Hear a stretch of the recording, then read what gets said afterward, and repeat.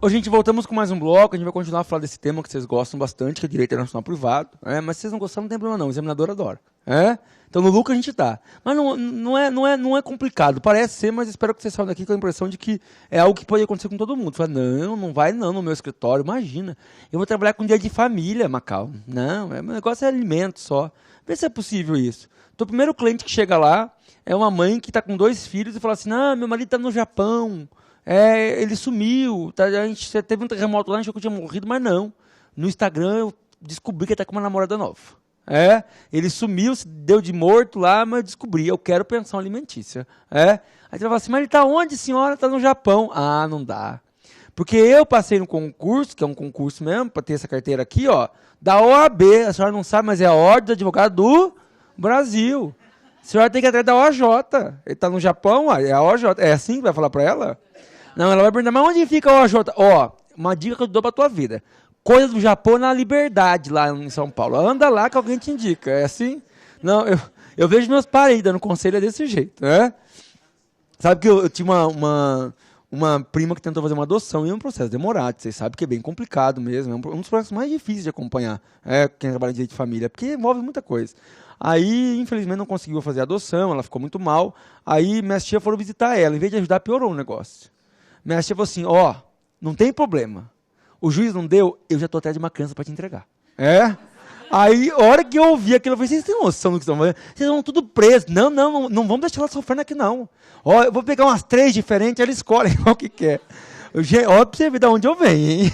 Elas queriam resolver a situação. Não, que o juiz não sabe de nada. Não, vamos procurar, assim. O que mais tem a gente querendo entregar a criança. Eu falei, tia, não é desse jeito. Não, minha filha. Esse povo que estuda muito igual você não sabe das coisas. Complica. Não, quanta gente que eu sei que pegou a criança para cuidar ia ser igual filho. Ó a cabeça. Eu falei, faz isso mesmo, vai todo mundo preso. Só não fala que eu sou preso dos 6, não, que eu vou junto. Mas, então você vai falar o que da tua cliente? Vai falar o seguinte, dá ou não dá para resolver a questão de alimentos do meu marido no Japão? Tem certeza? É um caso que envolve particular? Sim. Envolve direito privado? E é multiconectado? Sim, pronto, você resolve. E é isso mesmo, tendo a OAB, a Ordem de Advogados do Brasil. Então a gente vai descobrir agora qual é a segunda competência do STJ para fechar o raciocínio. Ele pode homologar sentença estrangeira, mas a sentença estrangeira é transitada em julgado. E quando não transitou em julgado, quer ouvir uma testemunha, fazer uma perícia aqui antes da sentença? Exequatur. Coloca aí essa segunda competência do STJ. São 2, ó. Primeira está aqui. O STJ tem 2 competências. 1, homologar sentença estrangeira. 2, conceder exequatur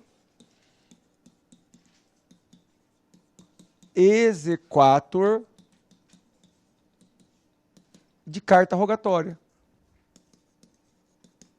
É o executis mesmo. Gente, as cartas rogatórias são decisões interlocutórias, expedida por autoridade de outro país, por juiz de outro país. Então, é uma testemunha para ouvir no Brasil, uma perícia para fazer aqui, intimação, citação. Então, coloca aí. As cartas rogatórias são decisões interlocutórias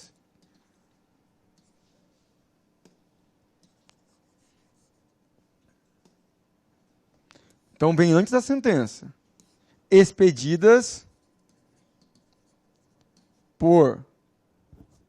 são decisões interlocutórias expedidas por autoridades estrangeiras para serem cumpridas no Brasil.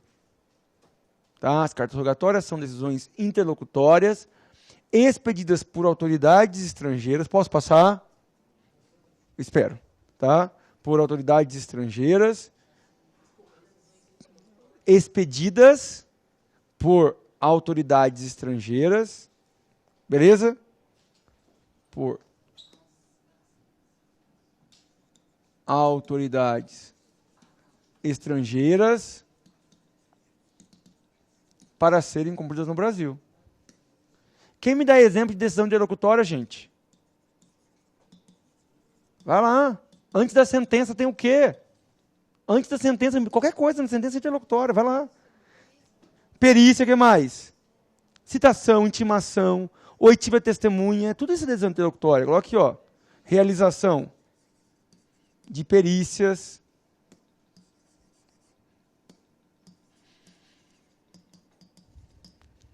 oitiva de testemunhas,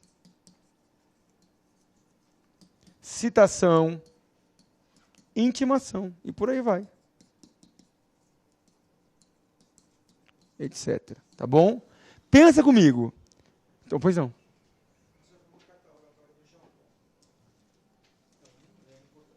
Ah, não, essa é a pergunta que eu vou fazer agora. Não vai estragar a pegadinha de jeito nenhum, porque você já acertou a questão. Parabéns. Cara, eu acho muito legal quando vocês estão no time. Eu juro que eu ia falar isso agora. Você vai responder. Ah, vai, quer ver aqui. Por que eu abri minha boca? Para pensar. Você é parte interessada. Você vai ser réu num processo no Japão. Você é o pai que não pagou alimentos. Imagina isso. Então, sei lá, tipo, você entra com uma reconvenção contra a mãe lá no Japão. E aí você é parte do processo. E aquela carta rogatória que vai vir para o Brasil, de alguma forma vai te impactar. E às vezes vai te trazer um prejuízo, você vai ser condenado. É você que pede para o STJ? Ah, eu vim pedir aqui, ó. Eu quero que você faça uma perícia para descobrir que eu fraudei a Previdência. Pode fazer. É isso? Não. Quem é que pediu para cumprir no Brasil uma decisão interlocutória? Às vezes citação, a parte nem sabia que era ré. Quem é que pede? A parte. Não tem como a parte... desculpa, a parte não, o juiz estrangeiro. Não tem como a parte, por exemplo, provocar o STJ, porque às vezes é uma prova que vai prejudicar ela. Então, na carta rogatória, o STJ não é provocado pelas partes. A provocação se dá por meio das chamadas autoridades centrais. Cada país vai ter um órgão que vai cuidar disso. No Brasil é o Ministério da Justiça. Chega em outro idioma, no Ministério da Justiça, ele traduz, ele já tem presunção de veracidade, que é um órgão público, e leva para o STJ. Entendeu mesmo? Sabe quando eu dava aula em Brasília? Hoje não dou mais, não, presencialmente, só telepresencial. Eu dava aula lá para diplomacia, no curso clínico do Damasco também. E aí, tinha um monte de aluno que era formado em letras, fez letras português e chinês, letras português e russo, e trabalhava como contratado do Ministério da Justiça. Quando chegava a carta rogatória da Rússia, da China, eles eram contratados para fazer a tradução. Quem paga toda a despesa? A Autoridade Central Brasileira. E quando o Brasil tem que cumprir uma intimação lá fora, o Brasil tem que traduzir? Não, ele manda o outro país que cuida disso. Isso, chama autoridades centrais. Respondeu a pergunta? Então, ótimo, coloca aí. No exequatur de cartas rogatórias,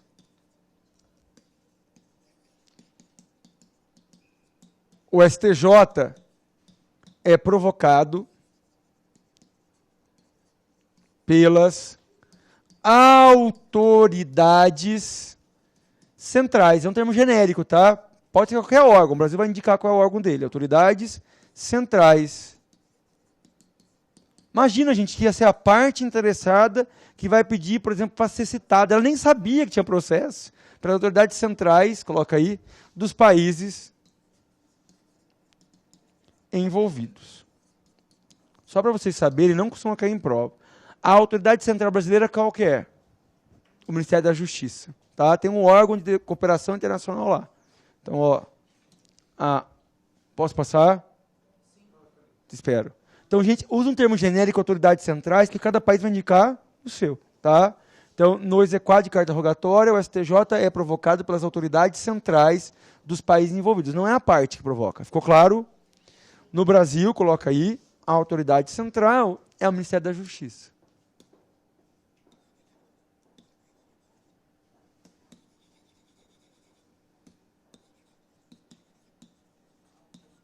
A autoridade central é o Ministério da Justiça. É ele que cuida disso tudo. Lá tem um departamento de cooperação internacional, jurídica. É ele que faz esse tipo de coisa. Mas vem a pegadinha. O STJ dá o exequatur. Ele fala, pode cumprir. É ele que cumpre mesmo a carta rogatória? É o ministro do STJ que vai lá ouvir testemunha? É ele que vai junto com o oficial de justiça lá citar e vir citar o senhor? Oi? É juiz federal. A execução da carta rogatória depois do exequatur é competência do juiz federal. Tá? É a mesma lógica. É que na sentença é decisão final. Aqui é decisão interlocutória. Beleza? Respondeu a pergunta? Então, ótimo. Muito bem. Então, ó, após o exequatur do STJ, a carta rogatória é executada pelo juiz federal competente. Beleza? Pelo juiz federal competente. Então, vamos imaginar uma situação hipotética que isso acontece com muita frequência. Você é juiz federal em Foz do Iguaçu. Casou a Ponta da Amizade em Cidade do Leste, Paraguai. Aí você fica sabendo que vai chegar lá uma citação para fazer de um brasileiro de um processo lá de Cidade do Leste. É só pegar a perua do fórum é verdade, cruzar a Ponta da Amizade assim para poder citar a parte em Foz do Iguaçu. Então o juiz de Cidade do Leste mandou citar alguém em Foz do Iguaçu. É assim? Não, vê na rua, ó, tem pau chegando para você, hein? Se prepare, é assim? Não, a vara paraguaia, é assim? Não, cara, vai ter que ir o pedido, sair da Cidade do Leste, passar lá em Assunção, que é a capital do Paraguai, onde fica a autoridade central do governo paraguai. O governo paraguai manda para a autoridade central brasileira, que é o Ministério da Justiça. O Ministério da Justiça manda para o STJ. Nesse parte, a parte já morreu e reencarnou, vocês sabem disso, né? Aí o STJ dá o exequatur, aí vai uma ordem para os juízes de Foz do Iguaçu citar. Aí já foram 2 anos, 3 anos. Tá? É esse o caminho. Viu? É demorado mesmo. Tá? Pois não.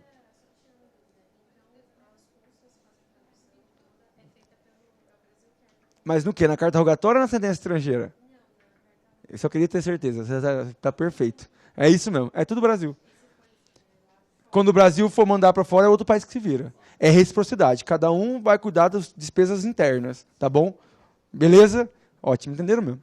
Tá? Coloca agora aí o nosso último tempo para entrar na parte final da aula. Coloca aí. Oi? Ah, não vai cair na prova, hein? Só para vocês verem que o negócio é complicado. Não é para anotar, senão vai cair a mão, hein? Ó, imagina só que tem que citar um brasileiro que mora em Foz do Iguaçu em um processo que começou lá na Cidade do Leste. Meu, vai cruzar a Ponta da Amizade, R$4 você vai de perua lá de van. É isso. Dá para o oficial de justiça do Paraguai sair lá da Cidade do Leste e ir para Foz do Iguaçu? Não. Qual é o caminho? O juiz de Cidade do Leste expede uma carta rogatória. Ele leva direto para o STJ? Não, tem que ir lá para a capital do Paraguai, Assunção, onde fica a autoridade central paraguaia, fica junto à capital do país, é o ministério deles que eu não sei qual é. Aí a autoridade central paraguaia manda para a autoridade central brasileira. Quem é a autoridade central brasileira? O Ministério da Justiça. Ele recebe, traduz para o português, daí do português traduzido, o Ministério da Justiça manda para onde? Para o STJ, o STJ dá o exequatur, e aí manda o juiz federal de Foz do Iguaçu cumprir. Até aí foram 20 anos. Entendeu? É demorado. 20 anos não, mas demora uns 2 anos no mínimo. Ficou claro mesmo? Beleza? Entenderam isso? De verdade? Então, ó, mas se a parte for lá e tomar ciência no fórum, aí já não sei que é o direito paraguaio. Eu nem sabia que no Paraguai tinha direito. É isso. Um dia me perguntaram assim, porque vocês sabem o processo brasileiro, eu sei que vocês sabem. A parte pode ser intimada na vara? Pode ou não pode? Pode, agora eu não sei se pode no Paraguai. Se a parte curiosa vai lá e no processo. Me pergunta, gente, já minha cara de que já vi um processo paraguaio, não faço a menor ideia. Mas eu sei que o caminho para chegar no Brasil é esse. Tá? Beleza? Se a parte for lá, eu vou falar, primeiro que é otário, não tinha que fazer isso. A não ser que ela tinha interesse, claro. Você vai orientar. Você tem interesse? Tenho. Ah, então você vai lá. Não tenho, então você se esconde. Daqui 20 anos chega a carta rogatória, você se esconde. Aí vai avisar que não te achou. Vai pedir para fazer uma outra citação, até aí você já reencarnou umas 50 vezes. Beleza? Então, ótimo. Mas é isso mesmo, cara. Isso é malícia do advogado, né? No bom sentido. O bom advogado sabe trabalhar com esse tipo de coisa. A favor de quem? Do cliente. Ah, mas é feio. Não é feio, é o sistema, gente. Vocês têm conta para pagar, vocês aprenderam isso. É sempre assim. Você tem que servir dentro da legalidade para o teu cliente. Até que beleza? Tem uma amiga minha que é advogada, ela usa uma expressão, eu vou ensinar para vocês. Quando o negócio aperta, está discutindo, fala, você não vai fazer o que eu quero? Eu não tenho problema, eu sou advogado. Eu vou criar um tumulto processual na tua vida tão grande, que você vai sempre lembrar que quando alguém pedir isso, você vai ter que fazer. Porque eu vou te deixar tão maluco, porque eu sei que eu posso até perder a ação. Mas eu vou fazer um tumulto, guarde essa palavra, tumulto processual. Gente, eu já vi isso acontecer, mas na hora, não, vamos pensar melhor, vamos fazer uma conciliação aqui nós dois agora, vem cá. Gente, porque processo, vocês sabem que é uma loteria. Pode ser uma mistura de tsunami com terremoto. É verdade. E aí eu falei, cara, tipo, o dia que o negócio apertar, eu vou fazer isso. Tumulto processual. É ótimo. Ó, coloca aí. Pegadinha. Agora o Sérgio Malandro apareceu na prova. Não confundir dois termos técnicos. E vou passar a lousa, mas eu quero que vocês coloquem isso de cada lado do caderno, tá? Então, não confundir dois termos técnicos, tá? Posso passar? Então, ótimo. Gente, o primeiro termo é sentença estrangeira. Sentença estrangeira. É diferente de sentença internacional. Deixa eu apertar aqui, clicar. Internacional. Sentença estrangeira é diferente de sentença internacional. Eu, quando vejo essa questão, eu acho que quem faz ela se inspira numa novela. Que novela é essa? Não é mexicana, é da Globo mesmo. Mulheres de Areia. A Ruth e a Raquel, lembra que tinha duas gêmeas? Aqui, ó. Ruth, sentença estrangeira, Raquel, sentença internacional. E se você não tomar cuidado, por algum momento você vai achar que você é o Tonho da Lua. Você lembra que tinha o Tonho da Lua? Quem era o Tonho da Lua, gente? Era um rapaz que confundia. Não, é duas gêmeas. É que não é da época do seis, é da minha época essa novela. Era duas gêmeas, uma boa e uma má. A boa era a Ruth, a má era a Raquel. E eu gosto muito de novela. Hoje não tenho mais tempo de assistir, não, mas essas não saem da minha cabeça, não. E aí tinha um rapaz que ele era meio bobo, ele confundia as duas. Que era o Tonho da Lua. Eu não sei o nome dele, mas era o Tonho da Lua. Esse dia eu vi ele no show, o Tonho da Lua. Ele falou, não sou o Tonho da Lua mais não, faz uns 20 anos que eu deixei de ser ele. É verdade. Mas ele confundia as duas, a má judiava dela. Então eu não quero que vocês pensem por um tempo que você virou o Tonho da Lua. Porque a banca vai querer misturar a Ruth e a Raquel. Tá? Então, vocês viram comigo desde que comecei a dar aula aqui, desse tema de hoje, qual sentença, estrangeira ou internacional? Estrangeira. Então você já sabe tudo da sentença estrangeira. Onde homologa? STJ. Quem executa? Acertaram, gente. Pronto, é isso. Calma que logo vai chegar a Raquel. Então, sentença estrangeira, é a decisão final de autoridade competente da onde, gente? De outro país. Pode ser o rei? Pode. Muito bem. O rabino? Pode. Tem que ver se naquele país é competente. Prefeito? Pode. O juiz não. É a decisão final de autoridade competente de outro país. Tá bom? Coloca aí. Em regra, até porque você já sabe qual é a exceção, exige homologação onde? No STJ. Qual é a exceção? É lavagem cerebral, gente. É casamento que eu falei isso? Então tá bom. Divórcio consensual estrangeiro, é isso. Casamento não, gente. É divórcio consensual. Então, em regra, exige homologação do STJ. Quem executa depois da homologação? Juiz federal. Até aí tá beleza. Então, coloque aqui, após a homologação do STJ, é executada por juiz federal competente. É isso mesmo, juiz federal competente. Gente, agora eu vou falar da sentença internacional. Agora chega a Raquel. Sai a Ruth, a boazinha, entra a má. Quando vocês virem na prova, sentença internacional já sabe. Isso é pegadinho. Tá? Eu falei de sentença internacional até agora? Não, então é tudo diferente. Tá? É tudo diferente. Então, o que é uma sentença internacional? Posso voltar? Então, a gente vai agora comparar aqui a sentença internacional. Gente, a definição é a seguinte. Deixa eu pegar a caneta azul aqui para não confundir. É a decisão final de corte internacional, não é de um juiz de outro país, é uma corte internacional, criada por tratado do qual o Brasil é parte.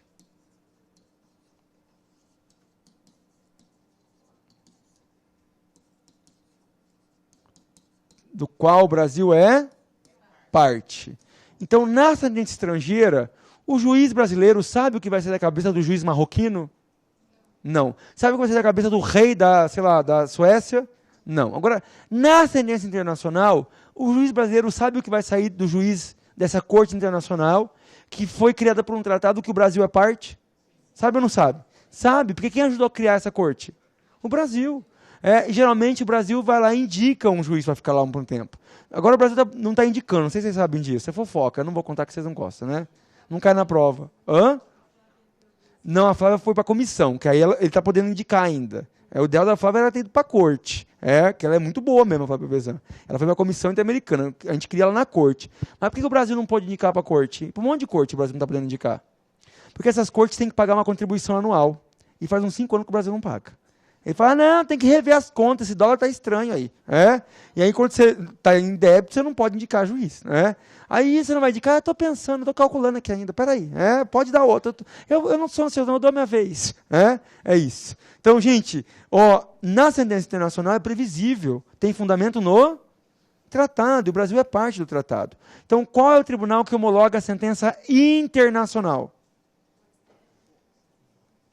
De novo, qual é o tribunal que homologa a sentença internacional?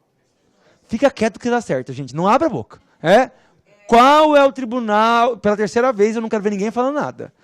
Qual é o tribunal que homologa a sentença internacional? Parabéns, acertaram. Nenhum. Por que nenhum? É prontamente executável. Gente, essa sentença é baseada num tratado que o Brasil é parte.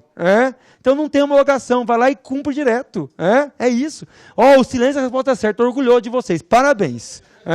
Acertar. Coloca aí. A sentença internacional não exige homologação. Por nenhum tribunal. A sentença internacional não exige homologação por nenhum tribunal superior brasileiro. Coloca aí. A sentença internacional não exige homologação por nenhum tribunal superior brasileiro.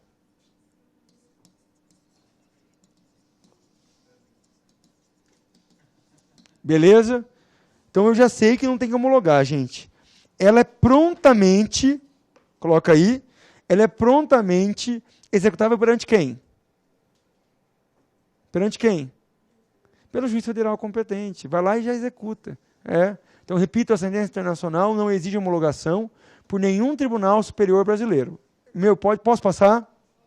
Então, não existe. Grifa esse não aqui, com muito ódio, para você não virar o trem da lua. Coloca aí. Prontamente executável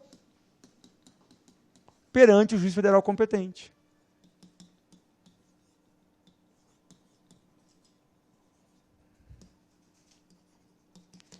Qual é o exemplo que a FGV cobrou 3 vezes de sentença internacional? Sempre a mesma.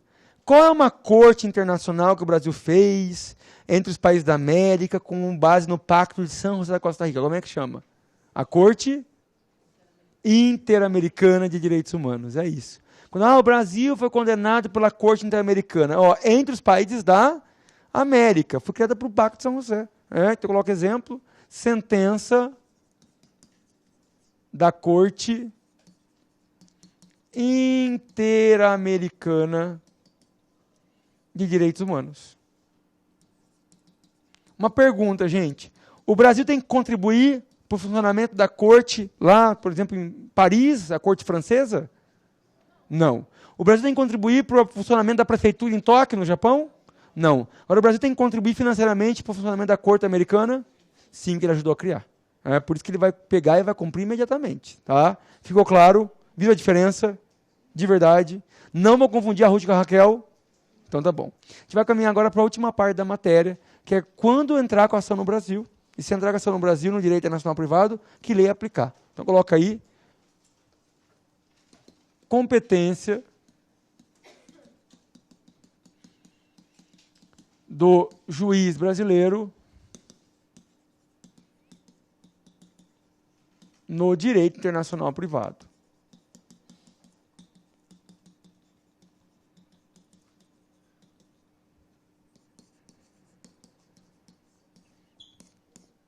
competência do juiz brasileiro no direito internacional privado. Repito, competência do juiz brasileiro no direito internacional privado.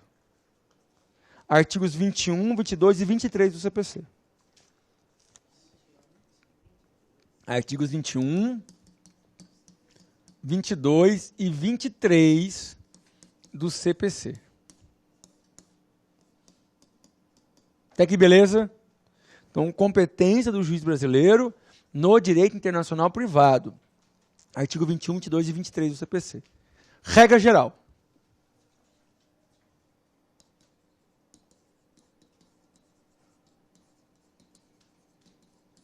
A regra geral é a chamada competência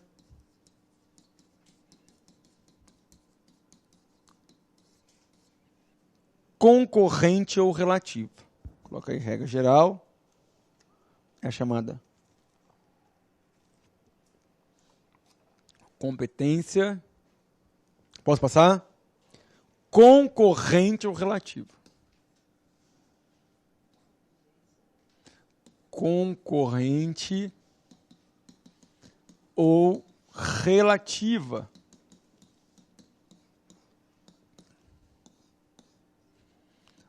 Artigo 21, 22 do CPC.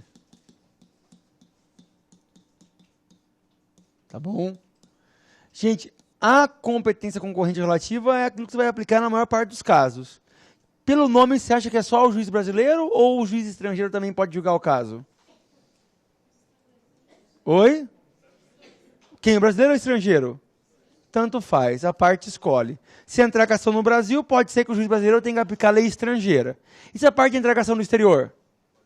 Ela vai conseguir uma sentença estrangeira e vai ter que homologar no STJ. É isso. Né? Então, ó, a regra geral, coloca aí, a regra geral permite que a parte ajuize a ação no Brasil ou no exterior. Repito, a regra geral permite que a parte ajuize a ação no Brasil ou no exterior. Tá? Essa é a regra geral. A regra geral permite que a parte ajuize a ação no Brasil ou no exterior. Porque qual juiz é competente, gente? O brasileiro ou o estrangeiro? É isso. É direito privado. No direito privado, as partes podem decidir a sua vida? Pode. Então, eu pergunto para vocês, a OAB adora perguntar isso. A regra geral permite ou não permite eleição de foro? As partes podem ou não podem colocar um contrato antes? Elas escolhem, então coloca aí. A regra geral permite eleição de foro pelas partes. As partes podem eleger o foro. Ficou claro? Só que vocês são muito espertos. É muito mais do que a banca, gente. Se tem regra geral, tem o quê? Exceção. E aqui o que cai mais? Cai mais regra geral ou exceção? As duas coisas. Aqui as duas coisas. Tem que saber as duas coisas. Tá? Então, ótimo. Coloca aí. Exceção. Competência. Absoluta ou exclusiva. Qual é o artigo que está faltando? 23 do CPC. Ó, artigo no caderno é artigo decorado. E se não decorou? Faz cola, vai preso. É isso. Não, decora, pelo amor de Deus. Não quero ver ninguém preso porque eu vou junto, eu que dei a ideia. Aí dá aquela crime organizado, tá todo mundo ferrado aqui. Então decora. Oi? Não é? Ah, que bom, adoro advogada. Pronto, no dia que tiver preso, eu vou chamar ela. Para mim, eu juro, eu nunca estudei penal, gente, na faculdade. E eu fiz segunda fase em penal aqui no Damasco, eu fui aluno. Que eu aprendi a fazer a prova da OAB na segunda fase, passei, esqueci tudo. Mas para mim, a única coisa que eu tenho certeza ainda de penal é que tipo é um carro da Fiat que não vende mais. Lembra que tinha o tipo? que é isso, não é a minha área, não. Mas isso prova que você estuda a segunda fase, você aprende e faz a prova, tá? Mas, ó, pensa comigo. Eu tenho exceção, competência absoluta ou exclusiva do juiz brasileiro. Então, existem 3 casos que a parte obrigatoriamente tem que entrar com ação onde? No Brasil. Tem que entrar aqui, coloca aí. Competência absoluta ou exclusiva. O artigo 23 do CPC prevê 3 casos em que as partes obrigatoriamente, elas não têm escolha, obrigatoriamente deverão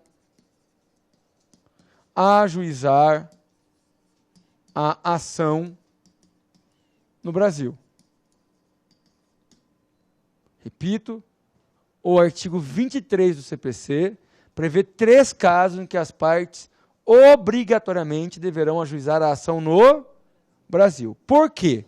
Porque o STJ não vai homologar eventual sentença estrangeira. Se chegar uma sentença estrangeira nesses 3 casos, o que o STJ fala?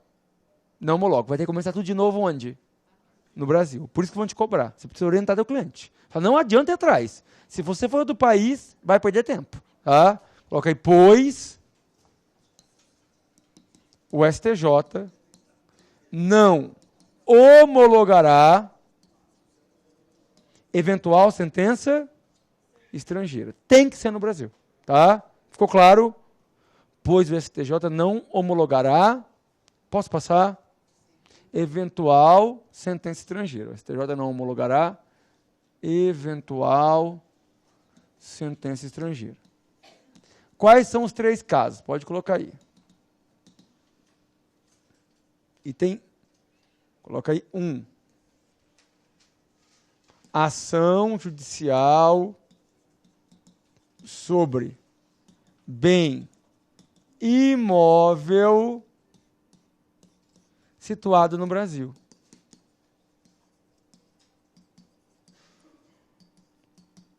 Repito, ação judicial sobre bem imóvel situado no Brasil.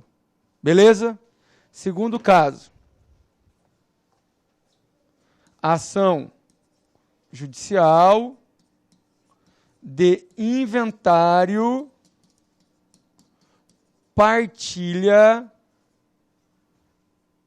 repito, ação judicial de inventário, partilha ou confirmação de testamento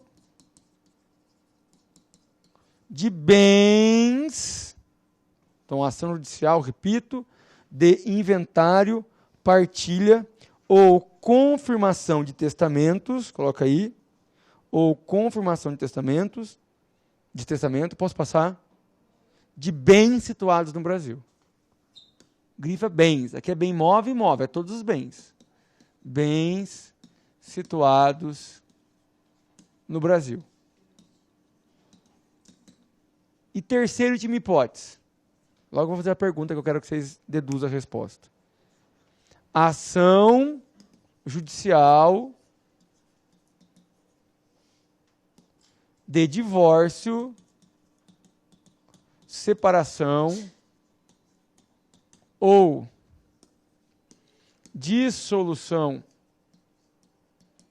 de união estável. Então, ação judicial de divórcio, separação ou dissolução de união estável, se houver bens situados no Brasil.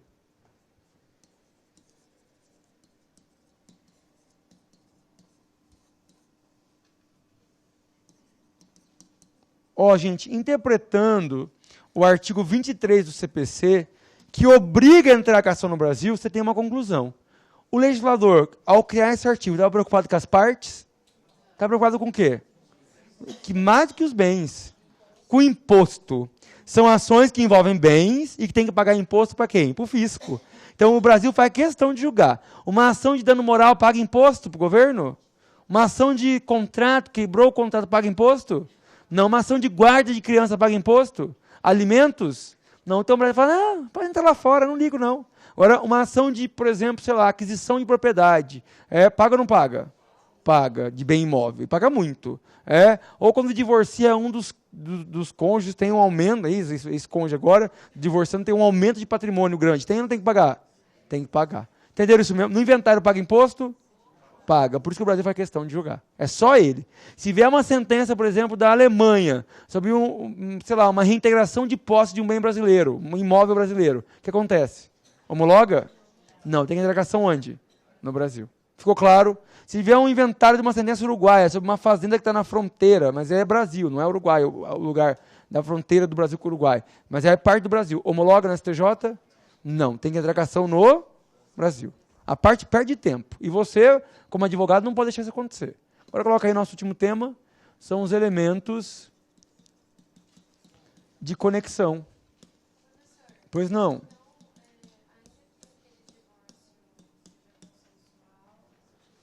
No Brasil, ótima pergunta. Ainda se é divórcio consensual, cai isso no penúltimo concurso da OAB. Se tiver bens no Brasil, a parte não tem escolha. Tem que vir divorciar onde? No Brasil. Em relação aos bens no Brasil, tem que ser feito aqui, não pode vir sentença de fora. E se tiver bens em 2 ou mais países? Você, advogado, você vai ficar feliz. 2 processos diferentes para você cuidar. É rico, gente, paga. E se tiver inventário de bens em 8 países? Ou então, ganha na Mega Sena. O advogado também depois. São 8 inventários diferentes. Cada país vai ter um. Ficou claro? De verdade? Então, ótimo. Então, elemento de conexão. Artigo 7º, 8º, 9º, 10º e 11º da LINDB. Gente, eu preciso que vocês decorem esses 5 artigos. Eu não consigo decorar. Consegue. Tem que ler todo dia até ficar craque. Depois, decorar é ficar lendo até você aprender o que está escrito lá. Não precisa falar em voz alta, mas tem que bater o olho na questão e identificar. Pensa que o direito internacional privado é igual uma petição inicial. Vocês já aprenderam a endereçar? Sim ou não? Eu quero endereçar uma ação de alimentos. A mãe e os filhos estão no Brasil, o pai está no Japão. Eu entro com a ação no Brasil ou no Japão? Calma para responder. Pensa comigo. Alimentos, o pai no Japão e a mãe e as crianças onde? No Brasil. É bem imóvel no Brasil? Não. É inventário com bens no Brasil? É divórcio com bens no Brasil?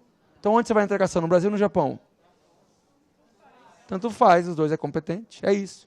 Eu quero indenização. Fui para Disney lá, escorreguei, bati a cabeça, fiquei agora com a orelha do Mickey mesmo. Tá inchato. Dumbo, sei lá, errei aqui o bicho. Errei. Então eu estou parecendo um Dumbo aqui, eu quero indenização. Gente, cabe ou não cabe? Cabe. É bem imóvel no Brasil? Divórcio com bens no Brasil? Inventário com bens no Brasil? Integração aqui nos Estados Unidos? Tanto faz. É assim que responde. Ficou claro mesmo? Então, ótimo. Então, vamos lá. Agora a gente vai descobrir o direito material. Os elementos de conexão são temas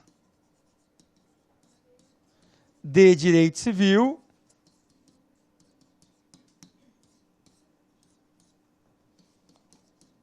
Vocês vão ver como é que funciona, mas são temas de direito civil. Os elementos de conexão são temas de direito civil, coloca aí, coloca aí, os elementos de conexão são temas de direito civil que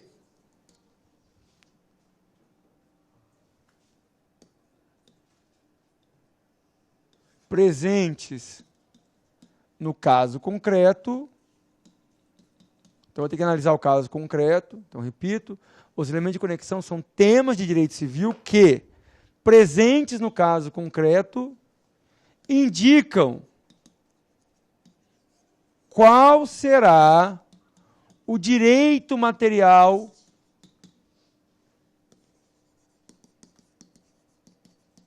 aplicável. E, gente, no direito internacional privado sobra ou falta leis? Sobra. Eu tenho duas leis possíveis, a lei brasileira ou a lei estrangeira. Então, você aprendeu a endereçar a petição. Aprendeu ou não aprendeu? Sim, regra geral, endereça para o Brasil ou para o juiz estrangeiro? Tanto faz, a parte que escolhe. Agora, você vai aprender a segunda coisa que precisa. Qual é o direito material? Se vai aplicar a lei brasileira ou a lei estrangeira. Pronto, fechou a questão. Quer ver? A lei, 2 pontos. A lei brasileira ou a lei estrangeira. Então, agora eu vou aprender qual é o direito material aplicável. A lei brasileira ou a lei estrangeira. Lembra que são temas de direito civil. Tá? Primeiro elemento de conexão. Pode colocar 1.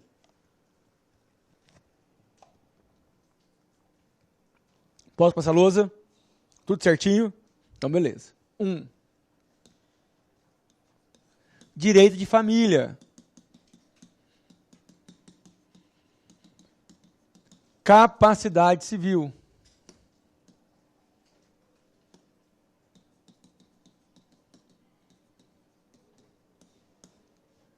Direito de família, capacidade civil e personalidade jurídica.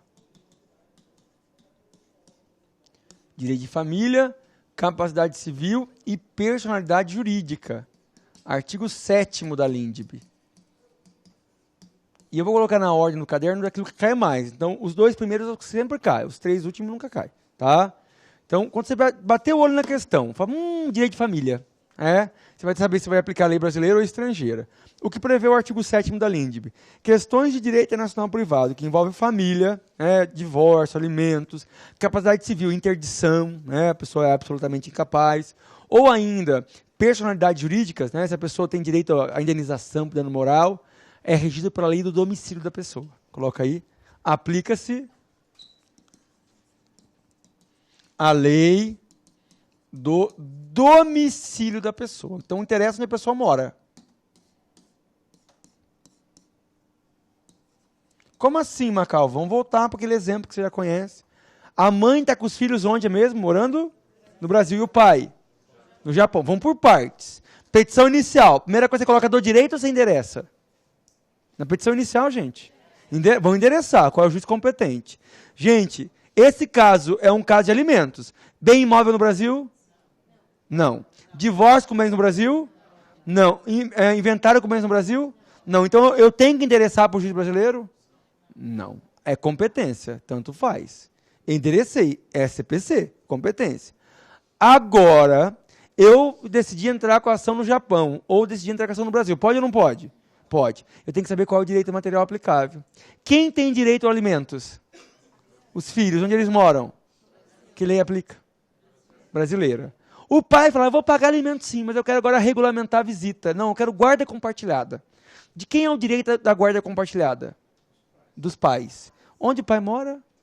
No Japão. Então vamos pensar. Aí vai você como advogado do pai, o pai fala, tem que pagar alimentos? Eu pago. Mas eu quero guarda compartilhada. Eu vou buscar essas crianças toda semana, eu vou trazer para o Japão.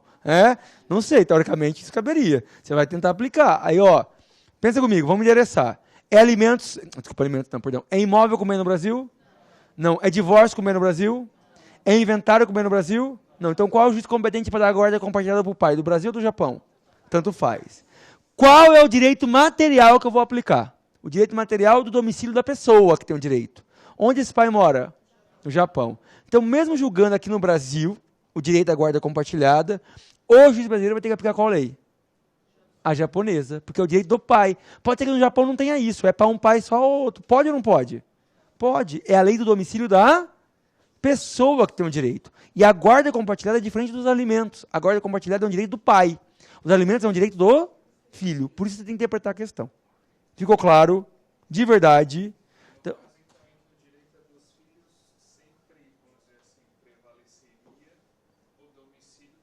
não, tem que ser o domicílio da criança, onde ela mora.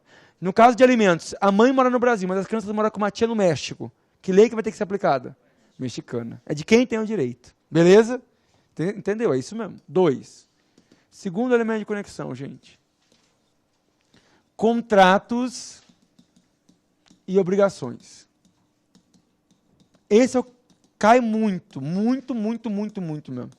Artigo 9º da LINDB.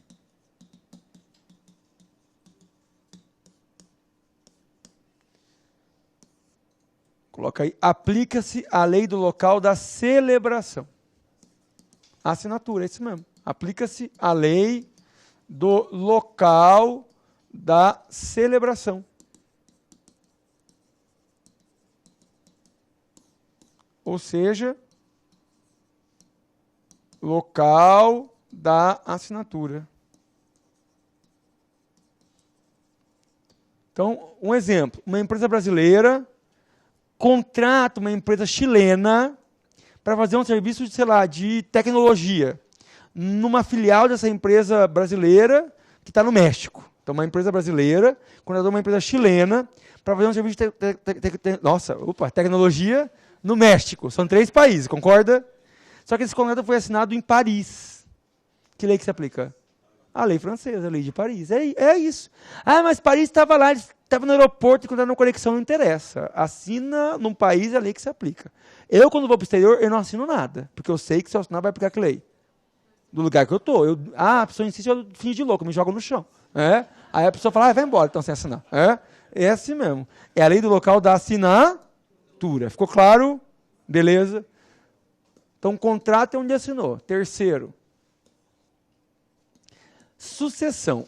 Sucessão não é igual ao processo de inventário, hein? Sucessão é direito material, direito civil. Inventário é o processo. Então, sucessão. Artigo 10 da LINDB. A sucessão é regida pela lei do domicílio do de cujus. É regida pela lei do domicílio do de cujus. Quem é o de cujus, gente? O morto, o defunto. A sucessão é regida pela lei do domicílio do de cujus. Para a gente terminar a aula e tranquilamente colocar os outros 2 que nunca caem, mas esse aqui cai bastante. Domicílio do de cujus. Eu quero ver se vocês aprenderam a diferença, senão não vai ter recreio, eu começo de novo. Tá? É verdade.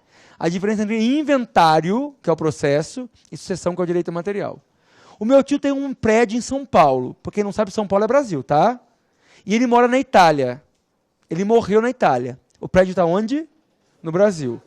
Qual é o juiz competente para julgar o inventário? No Brasil. Tem que ser feito o processo no Brasil. Onde morava meu tio? Na Itália. O juiz brasileiro que vai julgar o inventário vai aplicar qual lei para reger a sucessão? Para dar o quinhão de cada herdeiro?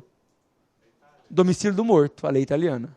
É a lei onde mora o morto. O juiz brasileiro vai julgar o inventário, mas distribuindo a herança de acordo com a lei do domicílio do morto. Qual é uma dica que a gente dá para quem tem parente rico que vai morrer no exterior? Traz para morrer no Brasil. É tão fácil depois fazer o inventário. É verdade. Mas é verdade, é a orientação de planejamento familiar. Vamos lá.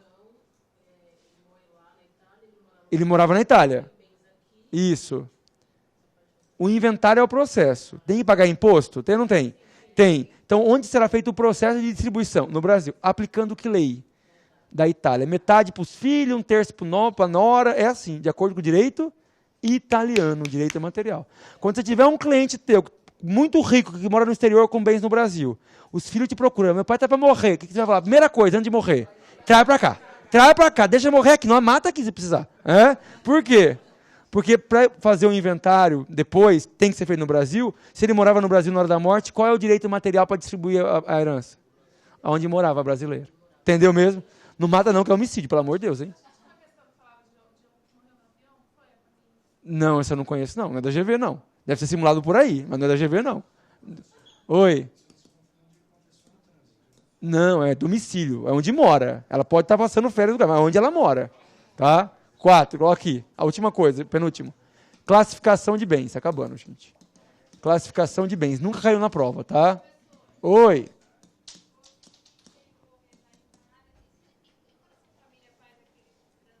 Mas ele está morto já. É onde morava. Hã? Não entendi. Então, o que interessa não é o lugar onde dá morte, é o lugar do domicílio. O que é domicílio? Residência definitiva. Então, por exemplo, quer ver um exemplo bom? Casamento é o domicílio da pessoa. Eu vou vou para Las Vegas. Chego lá, fico bêbado, caso em Las Vegas. E casei com quem mora no Brasil também. Tipo, minha mulher agora é brasileira. Casei em Las Vegas. Os 2 moram no Brasil. O casamento é válido? Que lei que rege o casamento? Domicílio. Então, não é casamento. Agora, 2 brasileiros que moram nos Estados Unidos, moram lá, casaram em Las Vegas, é válido? É ou não é? Casamento é família, domicílio. Se são brasileiros que moram nos Estados Unidos, é a lei americana. Entenderam isso mesmo? É domicílio, aonde mora. Classificação de bens, artigo 8º da Lindbe. Nunca caiu, hein? Mas só para vocês saberem. Aplica-se a lei da situação do bem. Local onde o bem se encontra. Tá? Da situação do bem. Ou seja, local onde o bem se encontra. Tem esse negócio em direito civil de bem fungível e infungível? Tem ou não tem? Tem. Então eu quero classificar um bem como fungível e infungível. O que importa é onde o bem está. É a lei do local da situação, onde o bem se encontra. Quer ver um exemplo? Uma vaca brasileira, quando vai... Uma vaca que tem chifre, sabe? Quando vai para a Índia, é vaca ou é santa? Santa. É, que ela chegou na Índia e virou santa. E uma vaca indiana santa quando vem para o Brasil? É churrasco, gente. Abençoado, é isso. Que aqui no Brasil, vaca não é santa, vaca é churrasco. É isso. É a lei do local do bem. E o último elemento de conexão. Entenderam mesmo? Coloca aí. Funcionamento de pessoas jurídicas. Tem isso no direito civil? Se pode aceitar novos sócios, se pode excluir sócios, tem ou não tem? Tem, é. Artigo 11 da Lindbe. Para fechar, coloca aí. Aplica-se a lei do local do registro constitutivo. Então, se eu quero saber se pode ou não pode excluir sócio de uma empresa. A empresa foi criada em Londres, mas tem sede na Alemanha. É? Ela foi criada em Londres. Onde ela foi registrada? Londres. Eu tenho que aplicar a lei da Alemanha, onde está a sede, ou a lei da Inglaterra, onde ela foi criada? Da Inglaterra, onde foi registrada. O registro da empresa acompanha ela para o resto da vida. Ficou claro? Beleza? Gente, mas por favor, estudem muito os 2 primeiros elementos de conexão. Família, domicílio da pessoa e contrato local da assinatura, o que cai. Ficou claro? Ufa, terminamos. Espero que tenham gostado da primeira aula. Sejam bem-vindos ao Damásio e a gente se encontra por aí. Até mais. Tchau, tchau.